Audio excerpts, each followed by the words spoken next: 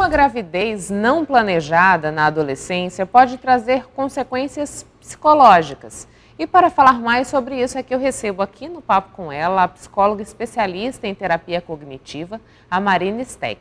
Marina, muito obrigada por aceitar o nosso convite para que a gente pudesse discutir esse tema aqui no Papo com ela. Tanto o Mato Grosso quanto o Brasil tem uma taxa elevada no que diz respeito a essa ocorrência de gravidez na adolescência, né? Como fica o psicológico de uma menina entre 10 e 19 anos que acaba ficando gestante, né? Bom, primeiramente, obrigada pelo convite, né? É um prazer estar aqui. Esse tema realmente ele é muito importante, ele é muito presente aqui no nosso estado. E quando a gente fala de Brasil, né, a gente tem aí essa gravidez na adolescência prevalecendo em meninas de 10 acontece, mas 15 a 19 anos é o que a gente tem de estatística. E nos últimos 2 anos a gente tem uma informação de que isso decaiu um pouco, mas sabe qual que é o fator mais preocupante? É de que quando a gente olha para meninas de 14 anos para baixo, esse número ele diminuiu só 27%.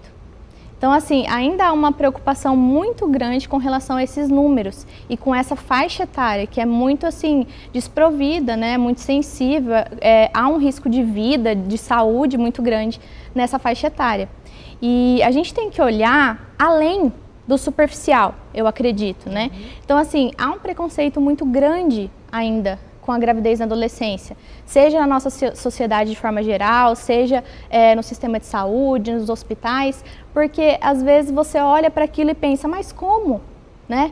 Não tinha informação, como que isso foi acontecer, como que não se atentou, e ele vai um pouco além disso. Então esse problema, ele é uma questão assim mais multifatorial, sabe? Ele envolve desde questões sociais, família. Quando a gente fala em família, isso é uma coisa que pega muito. Porque às vezes essa menina ela teve um exemplo dentro de casa de que era certo engravidar cedo. Às vezes ela teve uma mãe que engravidou cedo e isso para ela era ok, era normal. Era como ela podia se autoafirmar de repente ou se sentir amada no contexto que ela vive. Então vai para muito além disso. E aí as questões psicológicas são inúmeras, porque a vida dessa menina paralisa, né? Paralisa e a cabeça de um adolescente não é tão sólida assim, no sentido de você realmente saber das consequências, né? Saber do que vai acontecer. É muito abstrato. Por isso que às vezes irrita até o profissional, porque fala, pra gente é óbvio, né? Mas na cabecinha deles, eu nem achei que ia ser tudo isso. Eu só queria um filho ali, às vezes na cabeça dele é um brincar de boneca, né? E isso é muito sério, porque se você não cuida disso, acaba acarretando de repente uma depressão, né? Então comportamentos ali suicidas de repente, porque aquela menina se vê com a realidade transformada, a vida dela paralisou, ela não vai mais à escola, ela não sai mais com os amigos, ela não faz mais o que ela estava acostumada a fazer, e isso mexe muito com o psicológico dessa menina. Queima uma etapa, né? Força um amadurecimento precoce também. Precoce, exatamente. É na mesma proporção para meninas e meninos, porque muitas vezes a gente tem essa gravidez de um relacionamento entre adolescentes que estão na mesma idade, né? O peso é o mesmo para ambos os sexos ou para a menina é mais pesado? Deveria ser, mas não é. Normalmente essa consequência ela pesa mais realmente para a menina e eu acho que isso é uma questão assim cultural mesmo. Tem, querendo ou não, um machismo envolvido, sim, que protege esses meninos, porque da mesma forma que essa menina cresceu numa família muitas vezes desestruturada, esse menino também provavelmente cresceu. Da mesma forma que ela precisa de um olhar para isso, uma conscientização, ele também. Então, qual que seria o cenário ideal, né? Eu sempre digo assim, aconteceu a gravidez na adolescência, família, acolha, já foi, né? Assim, tinha que ser prevenido ali no antes, mas quando aconteceu já foi. Cenário ideal, que esse pai assuma esse filho, não é o que acontece na maioria das vezes. E aí as pessoas meio que deixam, né? Tá bom, então, vamos, a família ali assume junto com aquela menina. Mas não, tem que haver uma conscientização maior nesse sentido, né? Hoje, por exemplo, Michele, os meninos e as meninas, eles estão perdendo a virgindade cada vez mais cedo. Os meninos estão perdendo com 12 anos e as meninas com 13. Então, quando você lembra lá da época passada, tá muito precoce, chega a ser um pouco assustador. Então, esse olhar tem que ir para os dois lados, não só para a menina. O que acontece, Marina, que a gente vem antecipando cada vez mais a entrada na vida sexual ativa e o sexo, em contrapartida, me parece que ainda continua sendo um tabu para ser discutido no seio da família, né? Então, como que a gente equilibra essas duas coisas? Porque se cada vez mais cedo eu começo, cada vez mais cedo eu estou exposta ou exposto a uma gravidez na adolescência. Exatamente. Se cada vez mais cedo eu começo, cada vez mais cedo eu, enquanto pai, enquanto família, tenho que buscar essa conscientização. Eu falo assim, ninguém nasce sabendo, né, Michele? Assim, a gente, enquanto futuros pais, ou já pais e mães, a gente não nasce sabendo. E isso não é de todo ruim. O que é ruim é você não buscar informação. Então, hoje a gente tem profissionais à disposição, psicólogos que sejam profissionais de um postinho de saúde, médicos em que você pode se apoiar para dar aquela conscientização mais cedo para o seu filho. Então, esse movimento dos adolescentes procurarem relação sexual cada vez mais cedo e entrar nesse universo mais cedo, ele se deve muito à questão da informação. Sim, a informação está aí, ela está cada vez mais disponível. E aquela família que fica regrando aquele adolescente e colocando ele numa bolha, ela vai se frustrar, porque ele não vai conseguir escapar da informação. Ela está ali.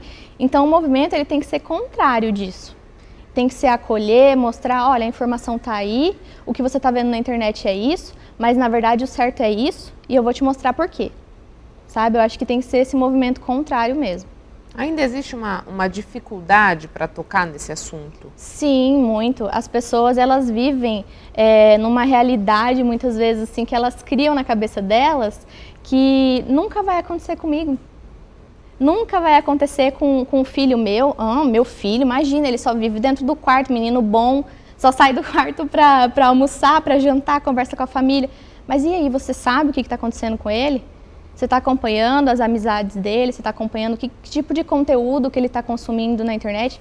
E quando eu falo isso, não é controlar. Não estou falando de ser aquele pai e mãe controlador. Estou falando de ser um pai e mãe cuidadoso. Que está por dentro ali da atmosfera realmente que esse filho ou essa filha está vivendo, né? Então, existe sim esse pensamento de que, não está na hora ainda. Ou então, meu filho, imagina. Mas é melhor prevenir do que remediar, não é? Qual é o melhor momento para introduzir essa temática numa discussão em família, Marina? Como você disse, está cada vez mais cedo a descoberta dessa vida sexual. Então, qual é o momento adequado para que eu sente com esse filho, com essa filha e leve informações para ele mesmo a respeito disso? Apesar da gente ter aí os dados concretos que ajudam a gente a se nortear de certa forma, né, nesse assunto, a gente tem que pensar que cada um é muito individual. Então, apesar disso, os adolescentes, eles se diferem ali nas etapas de interesse, vamos supor. Um se interessa mais cedo, a outra se interessa um pouco mais tarde, isso ainda acontece. Então, você tem que, na verdade, você tem que dar uma abertura, né, dentro de casa para isso. Uma abertura para o diálogo, uma flexibilidade para você conseguir perceber, você tem que olhar para o outro. No meio da sua rotina de trabalho, de correria e tudo mais, você tem que saber reparar nas pessoas com quem você convive, né, nos seus filhos. Então, quando você percebe que está surgindo aquele assunto da parte dele com os amigos, na escola, é o momento de você, enquanto família, também fazer o seu papel. Você não pode ficar de fora dessa, né? Só assistindo o outro fazer por você e nenhum faz sozinho. Da mesma forma que a família tem a importância, a escola tem a importância, os amigos também têm a importância, que é para ele ter discernimento e ver o que é certo, o que é errado, também é importante. Mas você tem que complementar esse papel, você não pode ficar de fora. Quando a gente pensa nesse adolescente que caiu num quadro de gravidez, né?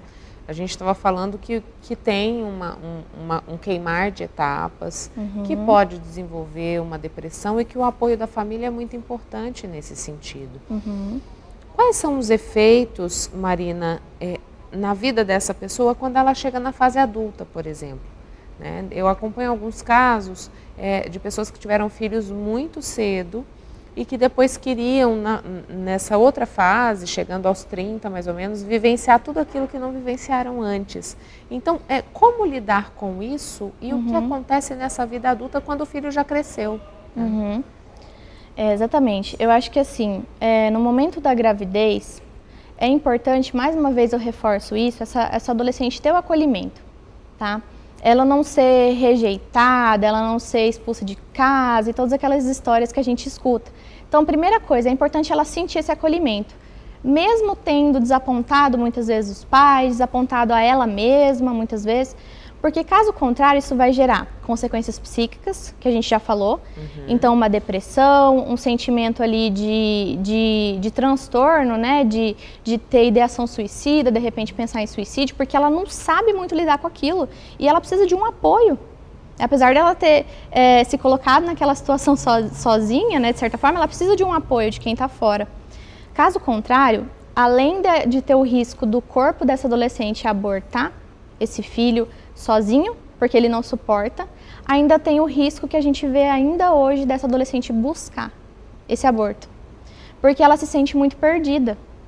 Então, a partir do momento que ela decide ter esse filho, tal, a família está ali auxiliando. Outra coisa muito importante de falar, Michele, tem pais que eles fazem o movimento do seguinte, eles acolhem, ajudam tanto e tal, ao ponto de pegar esse filho para criar, sabe? Da adolescente. E é muito importante falar que não façam isso, né? Assim, deixa essa adolescente ter essa experiência, deixa ela vivenciar essa consequência da gravidez na adolescência, dá ajuda, dá apoio, mas deixa ela crescer com isso. Porque a maturidade é um ponto positivo que ela vai tirar dessa situação toda, né?